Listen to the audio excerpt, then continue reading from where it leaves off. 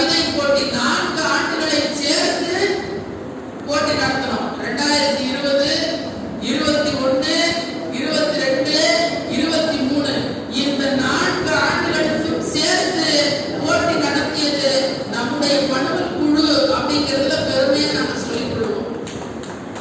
இதுல இருந்து எத்தனை போட்டியாளர்களை நாங்கள் தேர்வு செய்தோம்? 37, 38 வெற்றியாளர்களை நாங்கள் தெரிவு செய்தோம்.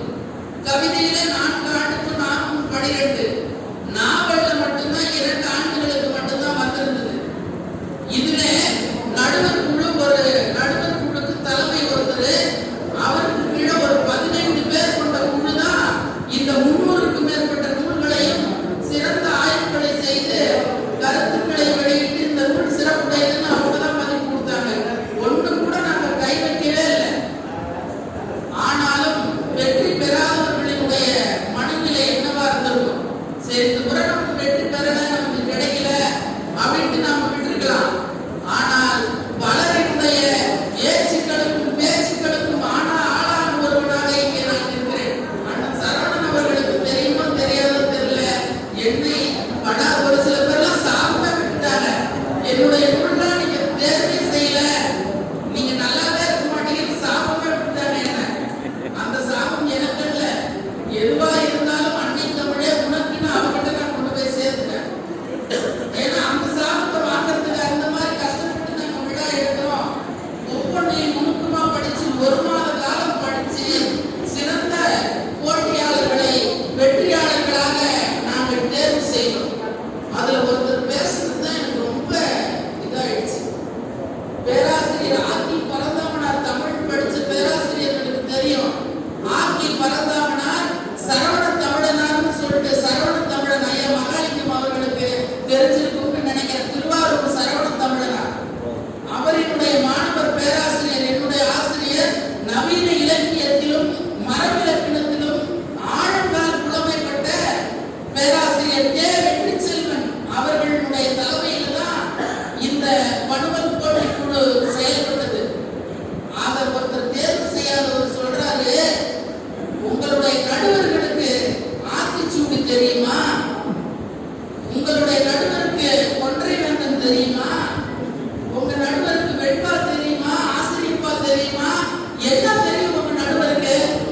என்னுடைய படைப்புகள் மகாகவி பாரதியாரின் படைப்புகளை மிஞ்சி நிற்குதுன்னு சொல்லிட்டு உலகம் போட்டிருக்கிறார்.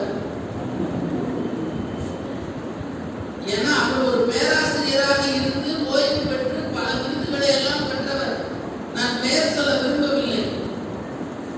அதே போல பாண்டியிலிருந்து ஒரு 4 பேர் விருது பெற்றாங்க. இந்த இதுல விருது பெற இருக்கிறாங்க. அந்த நூல்களை அனுப்பி வச்சிருந்தாங்க. அது சொல்றாங்க, சரவணன் பாண்டிச்சேரிங்கிறதுனால பாண்டியில இருக்கிற ஒரு 4 பேர்த்த வெற்றியாளர்களா போட்டுட்டாரு அப்படின்னு. சத்தியமாக சொல்லுகிறேன், அவருக்கும் இதுக்கும் எந்த விதமான சம்பந்தமும் இல்லை. எனக்கும் இதுக்கும் எந்த விதமான சம்பந்தமும் இல்லை. எல்லா தேர்வுமே நடுவர்களால் மட்டும்தான் தீர்மானிக்கப்பட்டது அப்படிங்கிறது இந்த மன்றத்தில் நான் தெரிவிக்க கடமைப்பட்டிருக்கிறேன். ஒவ்வொரு இரவும் நான் தூங்கும் போது கனத்த இதயத்தோடு தான் நான் தூங்குகிறேன். ஏன் தெரியுமா? எதுக்குடா இந்த பணியை நம்ம கையில் எடுத்தோம் அப்படின்னு. அப்படி இருந்தாலும் நான் சளைத்தவன் அல்ல. தந்தது முந்தன்னை, கொண்டது எந்தன்னை, சங்கரா அப்படின்னாரு நம்ம மாணிக்க வாசகர். அதுபோல தமிழிடத்துல தமிழ் எனக்கு தந்தது பேசுவதற்கு வாய்ப்பை, எழுதுவதற்கு வாய்ப்பை, என்னை ஒரு அடையாளப்படுத்தியது தமிழ். அதனால் நான் அவளை கொண்டேன், அவள் என்னை கண்டாள். அதனால் இந்த உங்கள் முன்னே நான் இன்று பேசிக் கொண்டிருக்கிறேன். இது ஒரு சில படைப்புகளை பற்றி நான் பேசியாக வேண்டும். எல்லா படைப்புகளும் சிறந்ததுதான்.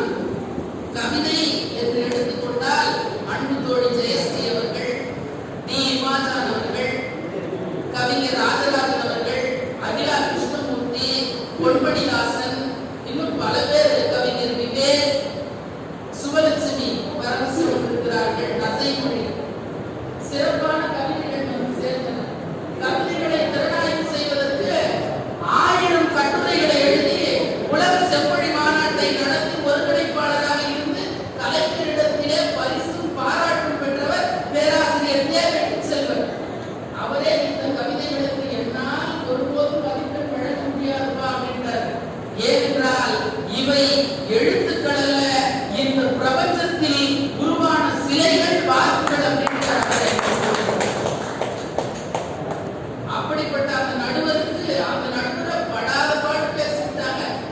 ஏன்தான் பேசினாங்க? நடுவர் யார் என்று யாருக்குமே தெரியாது.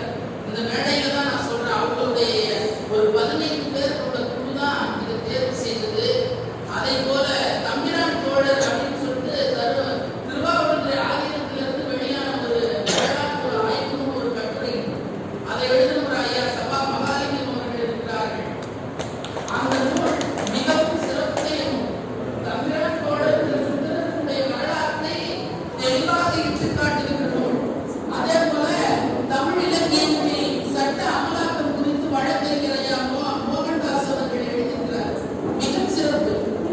என்னடா ஒரு சில பேர் மட்டும் சொல்றானே அப்படின்னு நினைக்காதீங்க. எல்லாருடைய படைப்புமே சிறந்த படைப்புகள் தான்.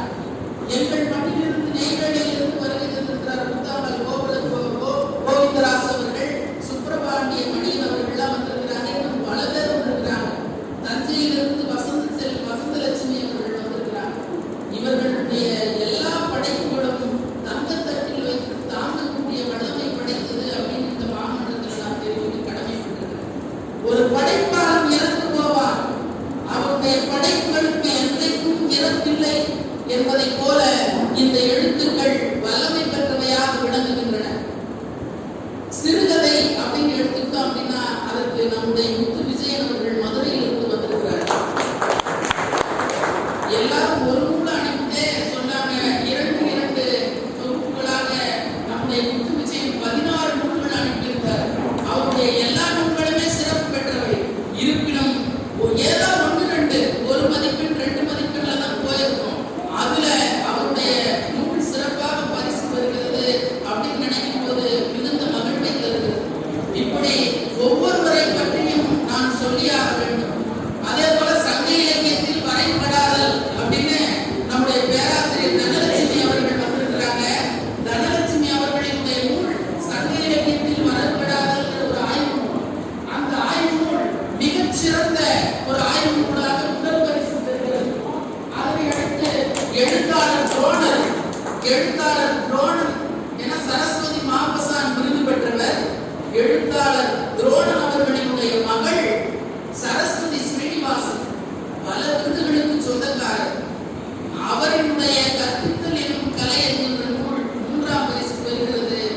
அதனை அடுத்து நமக்கு உள்ளே வருகிறார் அன்பிற்குரிய அம்மையார் வத்சலா சேதுராம்.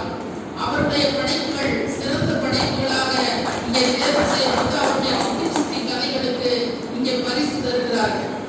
அப்படி பல்வேறு படைப்பாளர்களிடமிருந்து படைப்புகள் பெறப்பட்டு ஐயா நிக்கி அவர்கள் வந்திருக்கிறார்கள்.